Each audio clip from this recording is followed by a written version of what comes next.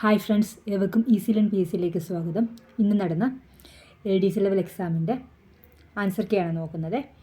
താഴെ കൊടുത്തിരിക്കുന്ന പ്രസ്താവനകൾ ഏത് സംഭവവുമായി ബന്ധപ്പെട്ടിരിക്കുന്നു? ജവഹർലാൽ നെഹ്റു കോൺഗ്രസ് പ്രസിഡന്റായി തിരഞ്ഞെടുക്കപ്പെട്ടു.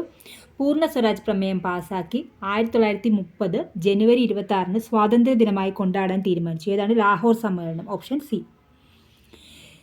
നെക്സ്റ്റ് വൺ, താഴെ കൊടുത്തിരിക്കുന്ന സംഭവങ്ങൾ കാലഗണനാക്രമത്തിൽ രേഖപ്പെടുത്തുക. അമേരിക്കൻ സ്വാതന്ത്ര്യ പ്രഖ്യാപനം 1776 June 28 Boston tea party 16 December 1773. Paris ഉടമ്പടി 1995. ഒന്നാം കോണ്ടിനെൻ്റൽ കോൺഗ്രസ് 1774. അപ്പം ഓപ്ഷൻ സി ആണ് വരുന്നത്. 2, 4, 1, 3.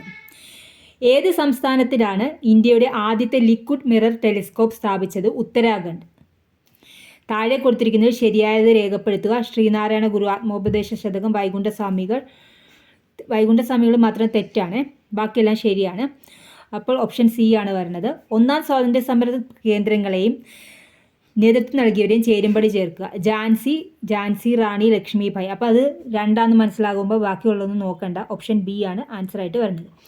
ഇന്ത്യയിലെ പെട്രോളിയം ഉൽപ്പാദനത്തെ സംബന്ധിച്ച് ശരിയായ പ്രസ്താവന ഏത്? ഏറ്റവും വലിയ എണ്ണപ്പാടം ജാരിയയാണ്. കേരളത്തിലൂടെ കടന്നു പോകുന്ന ദേശീയ ജലപാത national waterway number 1, national water number 3. താഴെ കൊടുത്തിരിക്കുന്നത് കണ്ടൽ വനങ്ങൾ കാണപ്പെടാത്ത ജില്ലകൾ. പാലക്കാട്, ഇടുക്കിയാണ് കണ്ടൽ വനങ്ങൾ കാണപ്പെടാത്ത ജില്ല. കണ്ണൂരിലാണ് ഏറ്റവും കൂടുതൽ കാണപ്പെടുന്നത്. കണ്ണൂർ, കൊല്ലം, എറണാകുളം, കോഴിക്കോട്, ആലപ്പുഴ, തിരുവനന്തപുരം, കാസർഗോഡ്, ഇത്തരം സ്ഥലങ്ങളിൽ, കോട്ടയം, ഇത്തരം സ്ഥലങ്ങളിൽ കണ്ടൽ വനങ്ങളുണ്ട്. അപ്പോൾ ആൻസർ ആയിട്ട് വരുന്നത് option A, Palakkad, Idukki. 2024 world happiness report പ്രകാരം ലോകത്തിലെ ഏറ്റവും കൂടുതൽ സന്തോഷമുള്ള രാജ്യം ഫിൻലാൻഡിലാണ്. അപ്പോൾ ഓപ്ഷൻ വരുന്നത് ഓപ്ഷൻ ഡി ആണ്, ഇവയൊന്നുമല്ല. താഴെ കൊടുത്തിരിക്കുന്നത് ഭൂമിയിലെ കാലാവസ്ഥയെ സ്വാധീനിക്കുന്ന പ്രധാന വാതകം കാർബൺ ഡൈ ഓക്സൈഡ്. കാലാവസ്ഥയെ സ്വാധീനിക്കുന്ന വാതകം കാർബൺ ഡൈ ഓക്സൈഡ്. 2015 ജനുവരി 1 നിലവിൽ വന്ന നീതി ആയോഗിൻ്റെ ആസ്ഥാനം New Delhi. Mineral oil, crude oil എന്നീ പേരുകൾ അറിയപ്പെടുന്ന പെട്രോളിയം.